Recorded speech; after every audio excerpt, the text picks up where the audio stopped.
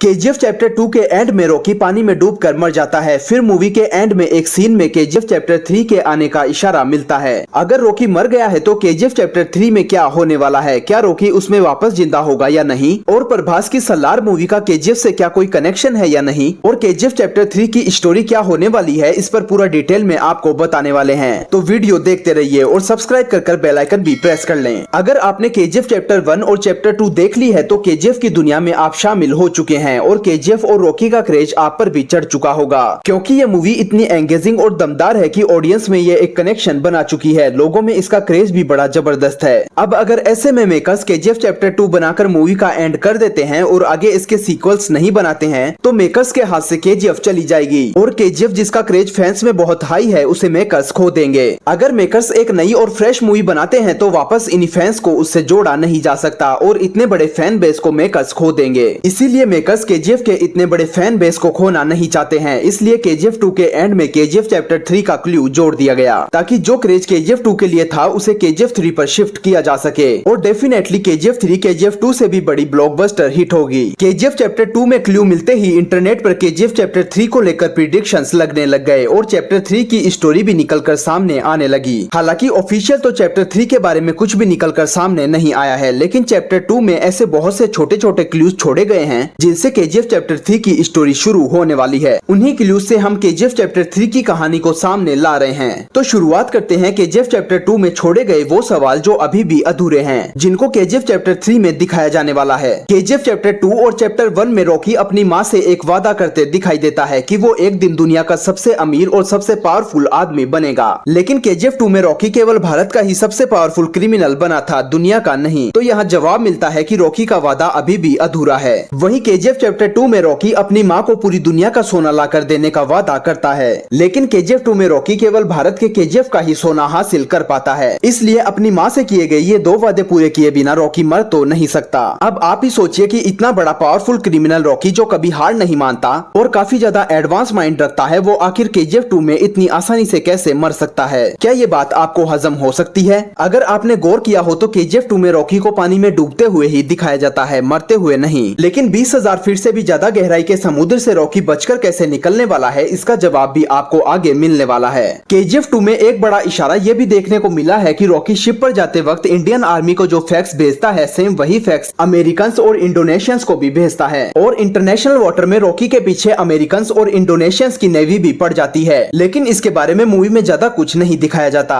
और अचानक से ही रॉकी के शिप पर इंडियन एयरफोर्स मिसाइल्स लॉन्च कर देती है और रॉकी का जहाज बड़े धमाके के साथ ब्लास्ट हो जाता है और रॉकी को पानी में डूबते हुए दिखाया जाता है। वहीं रॉकी की स्टोरी खत्म हो जाती है। अब अमेरिकन और इंडोनेशियंस रॉकी के पीछे क्यों लगे थे और रॉकी ने उन्हें फैक्ट्स क्यों भेजा था, इसका जवाब तो केजीएफ 2 में नहीं मिल पाता है। वहीं मूवी के एंड में एक छोटी क्लिप यूएसए की CIA की भी देखने को मिलती है, जिसमें अमेरिकन रॉकी के बारे में बात करते दिखाई देते हैं और रॉकी को बिगेस्ट क्रिमिनल बताते हैं। और मूवी के एंड में पीएम रमिका सेन के एक छोटे वीडियो क्लिप में यह भी दिखाया जाता है कि अमेरिकन और इंडोनेशियंस आखिर रॉकी के पीछे क्यों पड़े थे और बताया जाता है कि पिछले 3 सालों में 1979 से 1981 तक रॉकी ने 16 देशों में काफी ज्यादा क्राइम किए थे। तो केजीएफ चैप्टर 3 की स्टोरी यहीं से शुरू होने वाली है। केजीएफ चैप्टर 3 में रॉकी की पिछले 3 सालों यानी रॉकी जब मरा है उससे पहले की 1979 से 1981 तक की स्टोरी दिखाई जाएगी, जिसमें रॉकी अमेरिका और इंडोनेशिया जैसे 16 देशों में इंटरनेशनल क्राइम करते नजर आने वाला है और पूरे वर्ल्ड में सोने का इलीगल बिजनेस करते हुए देश विदेश की कड़ियां जोड़ते हुए रॉकी पूरे दुनिया का सोना हथियाने की कोशिश करने वाला है और पूरे वर्ल्ड में अपना क्राइम फैलाने वाला है।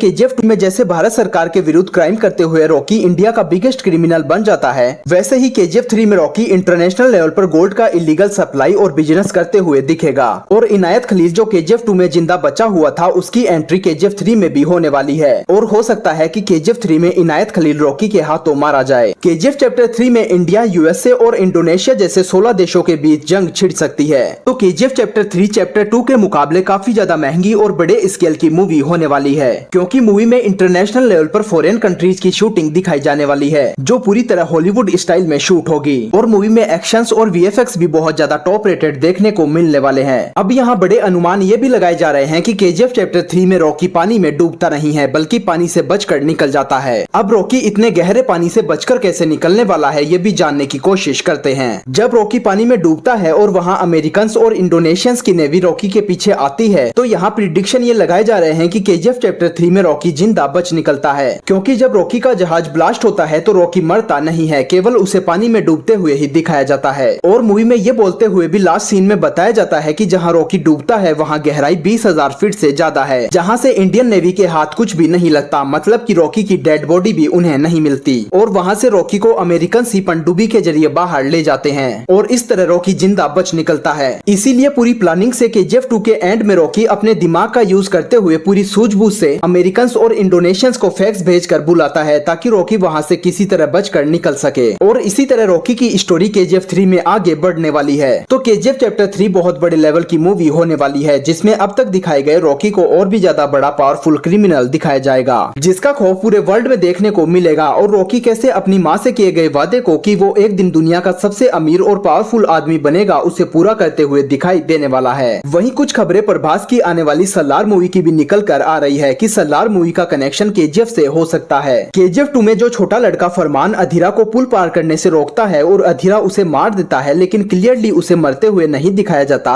और उसकी माँ को उसकी डेड बॉडी भी नहीं दिखाई जाती है, वो लड़का जिंदा बचा हुआ है। और प्रभास सलार मूवी में इसी बच्चे का रोल निभा रहे हैं कि कैसे वो जिंदा बचा है। और रॉकी का फैन ये छोटा लड़का फरमान रॉकी के ही नक्शे कदम पर चलते हुए एक बड़ा क्रिमिनल बन जाता है। और प्रभास सलार में इसी बच्चे का रोल निभाते हुए खौफ फैलाने वाले हैं। सलार में भी केजीएफ की तरह ही विजुअल्स, वीएफएक्स और सिनेमेटोग्राफी देखने को मिलने वाली है, जिसमें रॉकी के भी कुछ सीन्स हो सकते हैं। बहुत सी सिमिलरिटीज केजीएफ और सलार मूवी में देखने को मिल रही है। केजीएफ और सलार दोनों मूवी के डायरेक्टर और राइटर प्रशांत नील ही हैं। वहीं मूवी के प्रोड्यूसर और प्रोडक्शन कंपनी भी सेम ही है। और सबसे बड़ी खबर ये भी है कि केजीएफ 2 में फरमान की माँ का रोल ईश्वरी राव ने किया था, वही ईश्वरी राव सलार में प्रभास की माँ का रोल निभा रही है। ये इतने बड़े क्लूज हैं जो साफ बता रहे हैं कि सलार का डायरेक्ट कनेक्शन केजीएफ से होने वाला है। वहीं इसके बाद सेम मेकर्स और डायरेक्टर की मूवी बघीरा भी आने वाली है, जिसका कनेक्शन भी केजीएफ से ही बताया जा रहा है। तो बैक टू बैक केजीएफ से रिलेटेड ये मूवीज आने वाली है जो केजीएफ का साम्राज्य खड़ा कर देगी। अभी तक आपने हॉलीवुड की मार्वल और डीसी की मूवीज ही ऐसी देखी होगी। जैसा हॉलीवुड में मार्वल मूवीज में एवेंजर्स में हमें देखने को मिला है, ठीक वैसे ही केजीएफ की एक दूसरे से जुड़ी हुई ये फिल्में इंडियन सिनेमा को एक अलग ही ऊंचाई पर ले जाएगी। तो ये सभी अनुमान उन्हीं क्लूज पर आधारित है जो केजीएफ 2 में छोड़े गए हैं और सलार और बघीरा मूवी से रिलेटेड हैं, जो पूरी तरह फैक्ट्स पर आधारित हैं। अब रियल में केजीएफ 3, सलार और बघीरा का क्या कनेक्शन होने वाला है और इनकी स्टोरी क्या होगी, ये तो देखना अभी बाकी है। तो आप केजीएफ 3 को लेकर कितने एक्साइटेड हैं, कमेंट सेक्शन में जरूर बताएं। और ऐसे ही इंटरेस्टिंग वीडियोस पाते रहने के लिए लाइक, शेयर और सब्सक्राइब जरूर करें। धन्यवाद।